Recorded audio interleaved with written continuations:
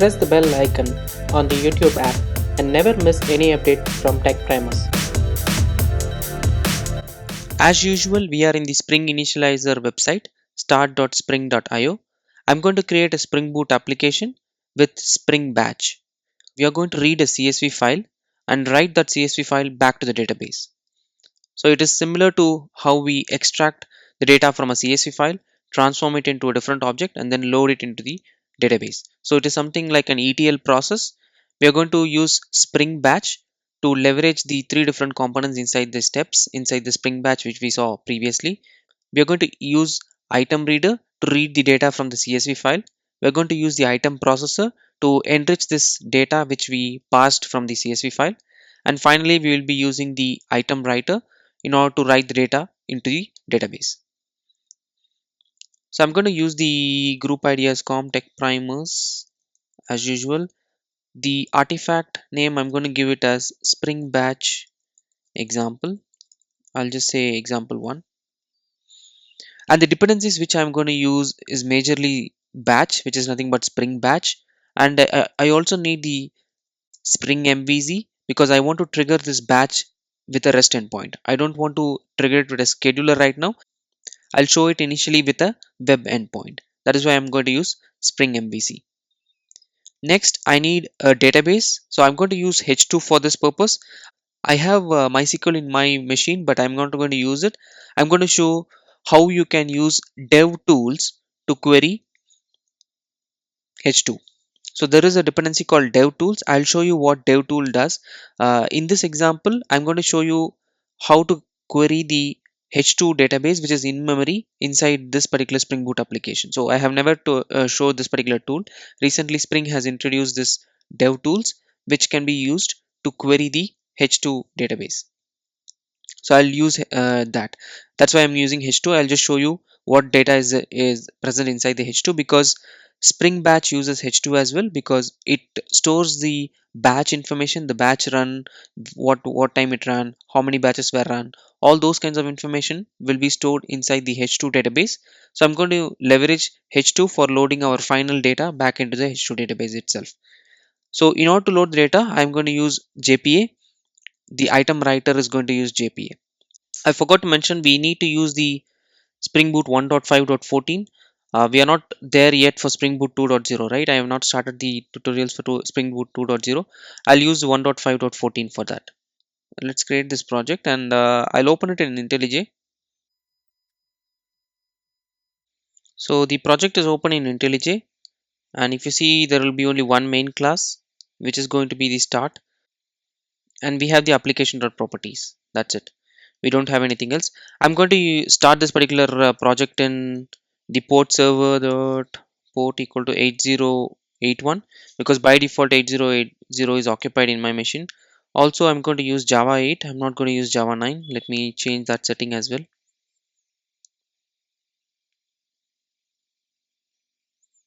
Apart from that, I am going to create the input file. The input file is nothing but the CSV file which we need. We are going to load user data. So user is mostly the uh, example which we see in all the Spring Boot videos, right? So I'm going to use the same example. Let's consider there are different fields like ID, name, department, and salary. And ID is 1, Peter, and department. What I'm going to do is I'm going to use a department code. So I'll just say 001 and the salary is 12,000. ID is 2, Sam 002, 1300, 13,000. Let's say 3, Ryan 003, let's say, and the salary is 10,000. Okay, let's see, there are only 3 rows for now, and there are some department code, and then there is a salary, right? Now our data is ready. So this is going to be the input file, and the final output is going to be inside the database. So in order to create those database, we need our repositories, right? So I'll just create a repository. Also, we need a model, isn't it?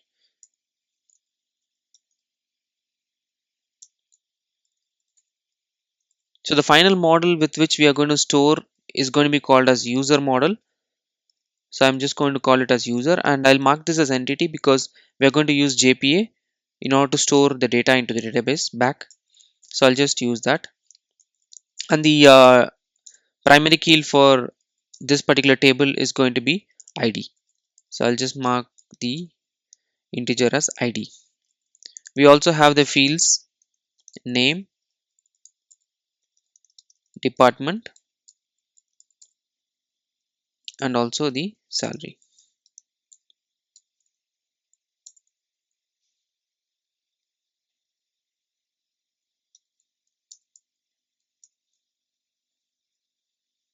I'll also add the getters and setters. So our entity is set. Now we need to create a repository. We'll create a user repository. This is going to be the JPA repository. It's an interface which needs to extend from the JPA repository, and it will use the model user, and integer is the data type for the primary key. That's it. So we have our input file ready, which is nothing but the CSV file, and the while doing the writer, we are going to use the repository, JPA repository. So we have the model ready as well, and also the repository ready as well. So this is how we are going to insert the data.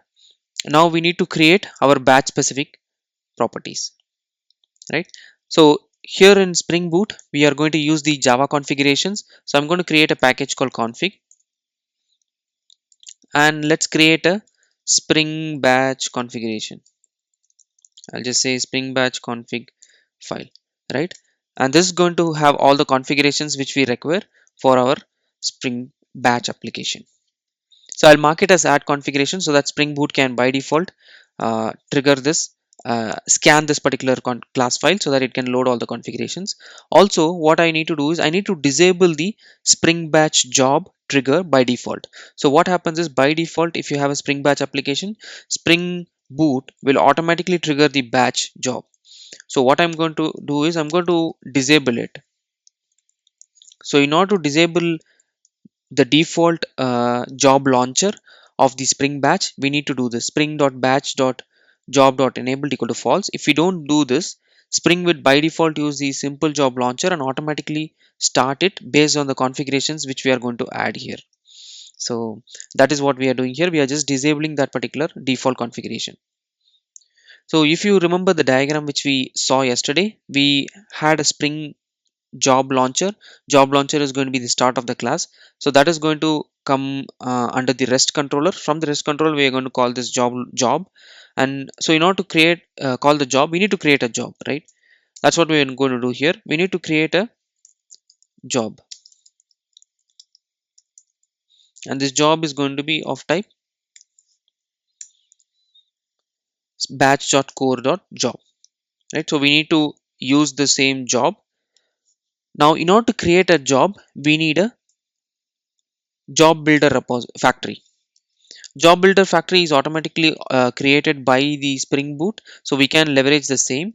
So I'm just going to use this job builder factory. So using the job builder factory,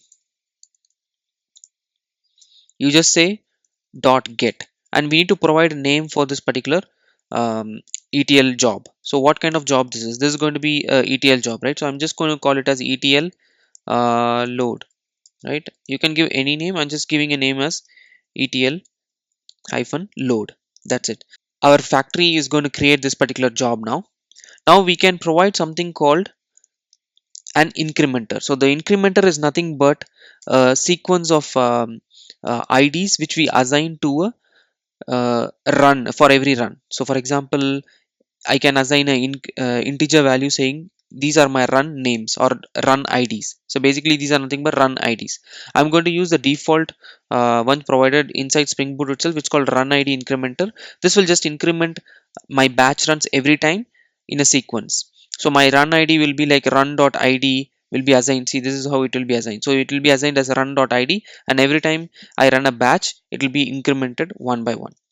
So I'm going to use the default one. I don't want to have any customized one. If you need any customized job ID names, then you can create your own custom incrementer, and you have to just implement the job parameter incrementer in order to do that. So by default, I'm leveraging this because it's just doing a increment based on run.id.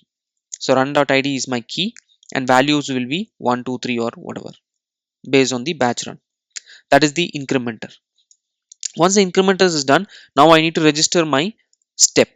So you would have seen, right? Under a job, you can have multiple steps. If you have multiple steps, then you can use either flow or start. If you have only one step, you can just do a start and then assign a step, and then you can directly end it saying build. I'll just create this local variable, right? For now, I'll just assign it as null. So what I'll do is I'll do a build, and this will return me a job basically, and I can just do a return of job. In fact, we can merge these two in line. If you have multiple steps, instead of the start, we can do a flow and we can do dot next and then assign another step. So you can add multiple steps that way. But since I have only one step, my job is going to have start alone. That's it. Here I need to create a step similar to how we created a job. We need to create the step, right? If you had remembered the diagram again, a step had a reader, a processor, and a writer. So same way, we need a step builder factory. So I'm going to inject that as well. So we use the step builder factory again, and we need to provide a name for it again. We are going to call it as ETL file load, right? This particular step is going to be called as ETL file load, and we can process them in chunks. So chunk is nothing but batching. So I want to do this particular load in terms of batches of 100. So I'm just going to say 100. Then we need to assign a reader. When we need to assign a processor, then we need to assign a writer. Finally, you just build this particular step. That's it. But we did not create any reader, we did not create any processor, we did not create any writer, right? So now we need to do that. What I can do is I can, before creating the reader, I can just inject this item reader, because the reader whatever we are going to create is going to be of type item reader, and we know what model we are going to use, right? The model we created here is called user. I'm going to use the same thing, because we are going to load the data from the CSV file into this particular model and use this particular model type. So I'm going to call it as user, and I'll use item reader interface. So I can use this particular item reader here. Done. Same way for the item processor.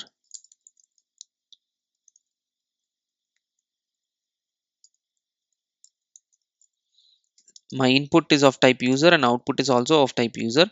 I'm going to use the same. So I'll use it. Same way for input writer, I'll just say user item writer. That's it. Now let's use these objects here, item processor and item writer. That's it. Okay, this is because in the chunk we never gave the object as user comma user.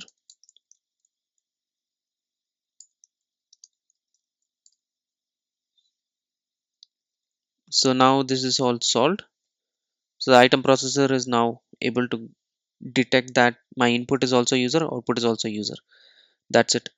Now we have the step ready and the job ready, but in order to use this item reader and processor and writer, we need to write these implementation, right? We have just auto wired these, but where is the implementation? So now we need to create these reader. First, let's start with the reader.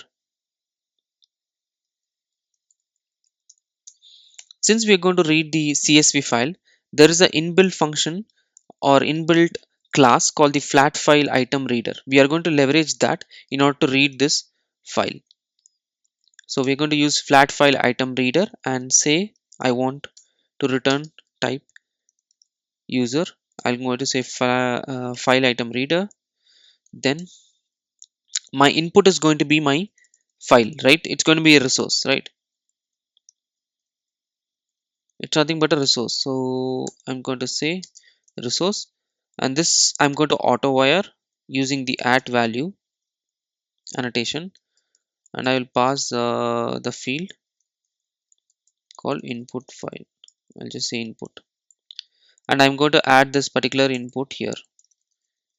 The input is nothing but users.csv. So that's the file, right? Yeah, so we have added this file called users.csv. I don't know if I have to give slash or something. Let's see, it should use that. Okay, so we have given that as an input. So resource will get that particular file. Now we need to use that particular file here. We need to create a flat file item reader class instance. I'll just say new flat file item reader.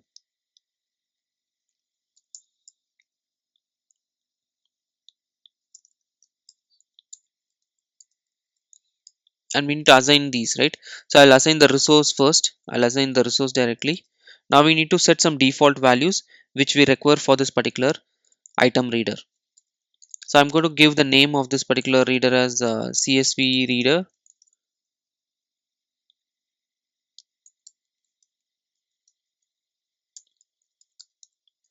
Also, I'm going to set the number of lines it can skip if there is any issue, right? I'll just say the number of lines it needs to skip is 1,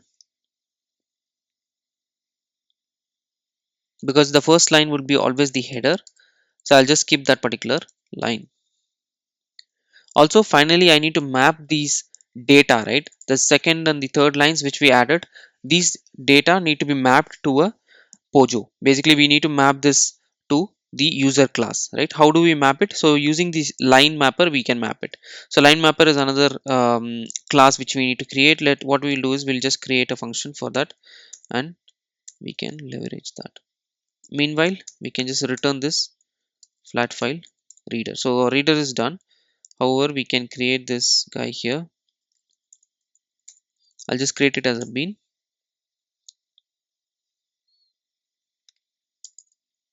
We need to create a default line mapper. This default line mapper can accept values of type user. Just say default line mapper.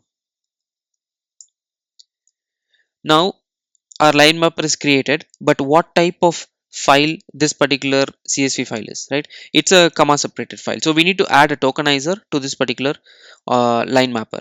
So there is something called delimited line tokenizer. We are going to use that and say what type of delimiter it is. We added comma, right? It's a CSV file. We added comma. So I'm going to say delimiter is equal to comma. Also, I'll just say some other configuration. For example, set strict. I'll just say false. I don't want it to be strict. Also, I'll just provide the name of the columns which we added. So the name of the columns are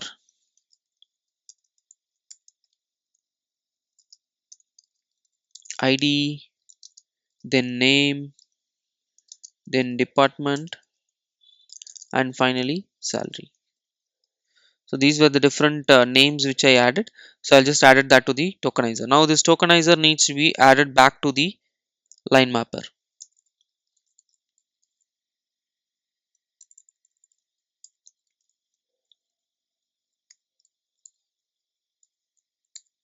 So I've added that back.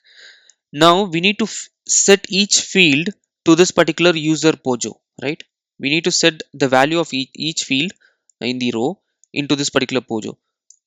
So there is something called bean wrapper field set mapper which can help us in that case. So I'll just create this bean wrapper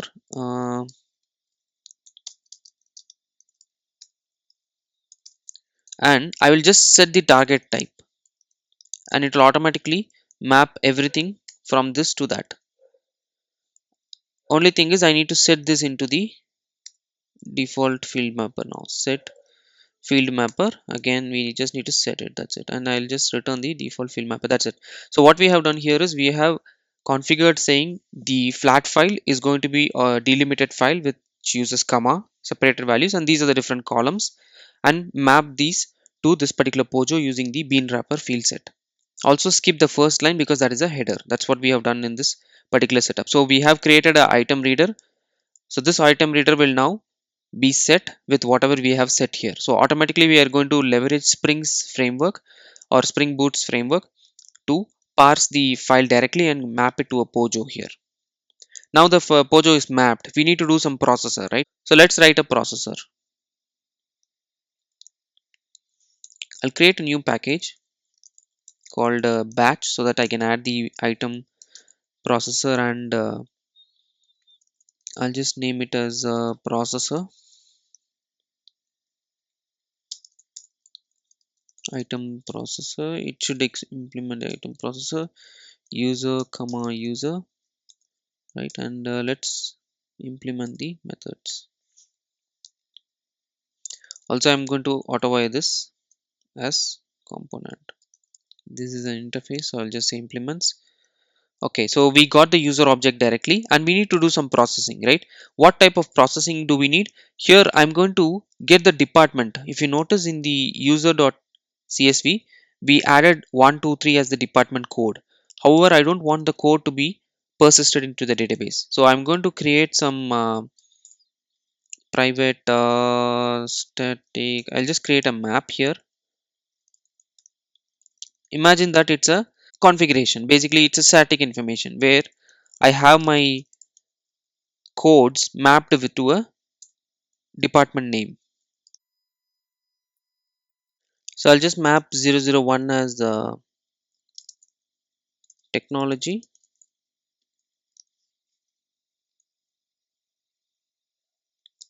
2 as operations, and what was the last 3, right? 3 as accounts. So that way when I get this particular department, what I'll do is I'll go to this map and then get the value of this map and map it back. That way we will. So what I'll do is, this is department code. I'll get the department code from this particular map and map it under department, and I'll just set it back in the user. Set department. That way I'm just transforming the code into the department name. That's what we are doing here. So we need to do some processing, right? So I just took this particular example where we are just going to leverage the same field. However, we are just going to transform it from the department code to the department name. That's what we are doing here. So this is the processor. So the processor is going to do that job. So that's it. We don't need anything else in the processor. The processor is done. Finally, we need to write the data back into the database, right? So we need a item writer. So I'll just say db writer. It's going to write it into the database, and this is going to be of component. It will implement item writer. So item writer is the other component of the Spring batch.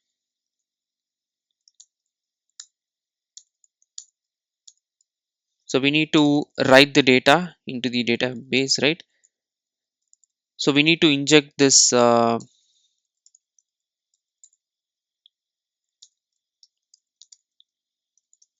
user repository which we already created. So that's what I'm doing here.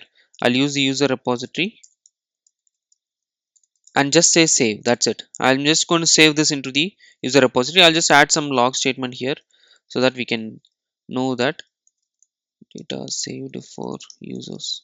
I'll just print the users so that we know what all user information is getting saved, and I will just add some toString statement here so that we can see whenever we are printing it there. So I'm just printing a statement saying data saved for users, and in the processor I can add some log as well. Here I will just add some logs. Okay, so this is another log statement which I have added now. So this is just going to log saying converted from department code to department. That's it, and it is set in the user here, right? Okay, so I think we are set almost. So we have created the reader. The reader is here. The file item reader is done, which will be used here. Basically, I'll just call it as item reader.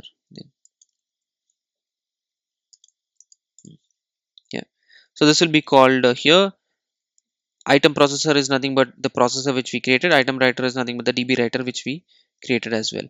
So apart from that, now we need to add the trigger point. So trigger point is nothing but our REST controller. So I'm going to add a REST controller.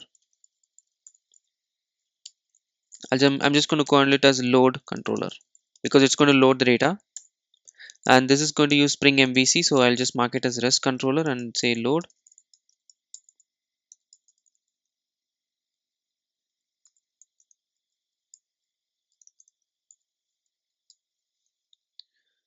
And I'll just add a get mapping for simplicity. I'm not going to do a post or something. Let's do void, but I'll just change it. So what are we going to do? We are going to load the job, right? In order to load the job, if you remember the diagram again, we need to trigger the job launcher. So job launcher, we need to auto wire so that we can use it. And we need the job as well, because when you trigger the job launcher, you need to provide the job. So job is what we already created as a part of the configuration, the Spring Batch config file. If you see here, we already created the job. Job launcher is created by the Spring Boot framework itself. So we are going to use the same. I'm going to say job launcher. Basically, I'm just going to say job launcher dot job, sorry, run, and I'm going to pass the job. And then there is some parameters. What are these parameters? Let's try. So these parameters are nothing but default parameters which we can pass. I can just pass some parameter. Let me pass some value, right? I'll just pass, what I'll do is I'll just pass the timestamp.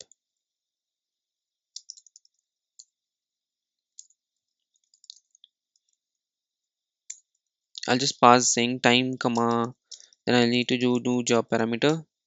I'll just say system dot current milliseconds. I'll just pass the current time in milliseconds. This is throwing some exception. I'll just add methods. Okay, done. So we are just trigger the job here. How will this will return a type job execution? So job execution is something where you can see whether job is executed. You can control the job. So I'm just going to say job execution dot get status. In fact, we can return the return that itself. Job execution dot get status. It's of type batch status. I'm just going to say batch status. So let's return the status of the batch. Also, we can add a while loop here to see if the batch is completed or not. If it is running, I'll just say batch is running.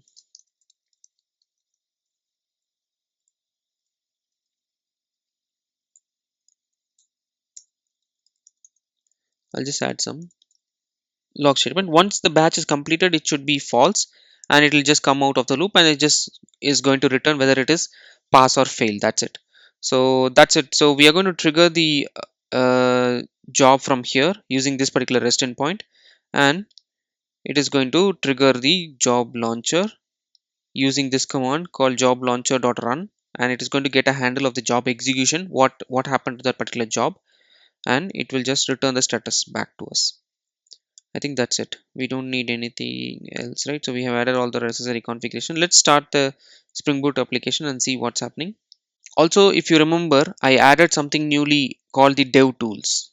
So this is something which I'm going to show now, how to access the H2 database, because right now we are using H2 in this particular project. So I'm going to show you how to access H2, which is running in memory in this particular Spring Boot app. We can connect to this particular H2 database from the web page. I'll just show you how to do that. And we are going to see what all tables are created by default. Now we are not loading anything. We have not loaded anything.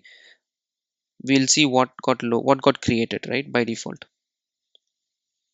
See here, if you notice, there is a new REST endpoint called /h2-console. So this is the endpoint which we are going to hit in order to access our H2 console. Okay, is the what does it say? It says field job launcher in the record of being of type launcher that could not be found. It says it's not able to find. Let's see what happened there. Okay, so the job launcher did not get loaded because we did not add the annotation called at enable batch processing. We did not even enable batch processing. That was the problem. So since we did not enable it, Spring Boot was not able to identify what type of job launcher that is. So what type of class it is. So that was the problem.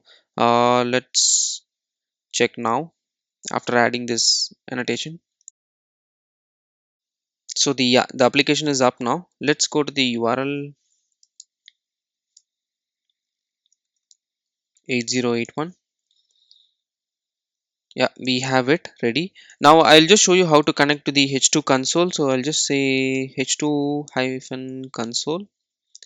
Since we added the dev tools, this will now be able to connect to the H2 console. And if you see here, it connects to the in-memory JDBC URL. So I'll just say connect. So this will show what all tables are present currently inside our Spring Boot application, which is just running. So see these are different tables created by the Spring Batch framework. And the user is the table which we created. And if you go here, see that these are the columns which we created, right? ID, department name, salary, etc. Meanwhile, I'll just open our localhost colon 8081, and this is the endpoint which we are going to hit to load the data. Meanwhile, let me write some queries so that we can see what data is present right now. So job execution will have the status of the complete job, and there is something called step execution. Step execution should have the status of each step, right? What other things are there? There is something called execution context as well. Let's see what data comes in, right? Same way with step context.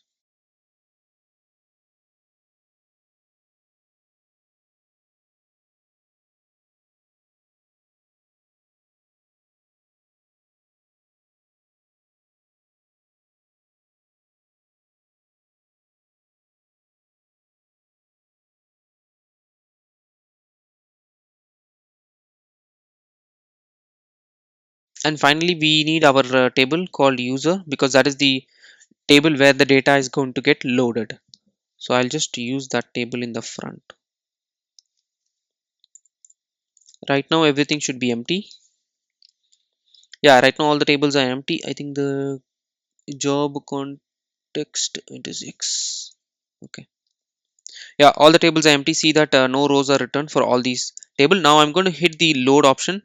This is going to now trigger the job launcher, and job launcher is going to read the CSV file and load that into the database. The CSV file is nothing but the one which is present here. So let's trigger the load. Actually, it failed, I guess. Let's see why it failed. Failed to initialize the reader. I think it's not able to read the file.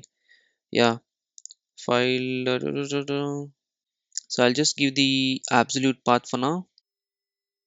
I'll restart the server. Meanwhile, I'll just copy these queries, because when I connect again, this will be gone, right? Because this H2 is like down now, because this whole application is down. So when I reconnect it, it will just ask me to reconnect again from the beginning. Yeah, the server is up. Let's reconnect. So I'll run the queries and keep. Yeah, all are empty. I'm going to hit the load option. So this load option is now going to load the data. See that it is showing as completed, right? Now if I query these tables, see that I have three different rows: Peter technology, Sam operations, Ryan accounts. And there is a job execution saying job execution 1, version is 2, job instance ID is 1, what time it got completed, what is the status, and all those things. What is the context, and what is the step name. So this is where the step name will be useful, right? When you have multiple steps, it will be very useful here, right? What happens if I reload, right? If I just trigger the reload again and let's query it, see that you are able to see multiple job executions here. So these are the tables which are used by Spring Batch, and that's why you are able to see multiple batches or multiple rows there. However, the data is all intact because we have marked these as primary key, so Hibernate is taking care of that. So when we are saving, it's just doing an update. But what we can do is we can add a timestamp here, timestamp field here, and while doing the processing, we can updated. We can try that as well. So let's try that, right?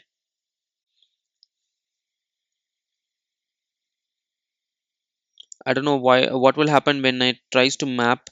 We can try. I've never tried it, but what I'll do is I'll just say,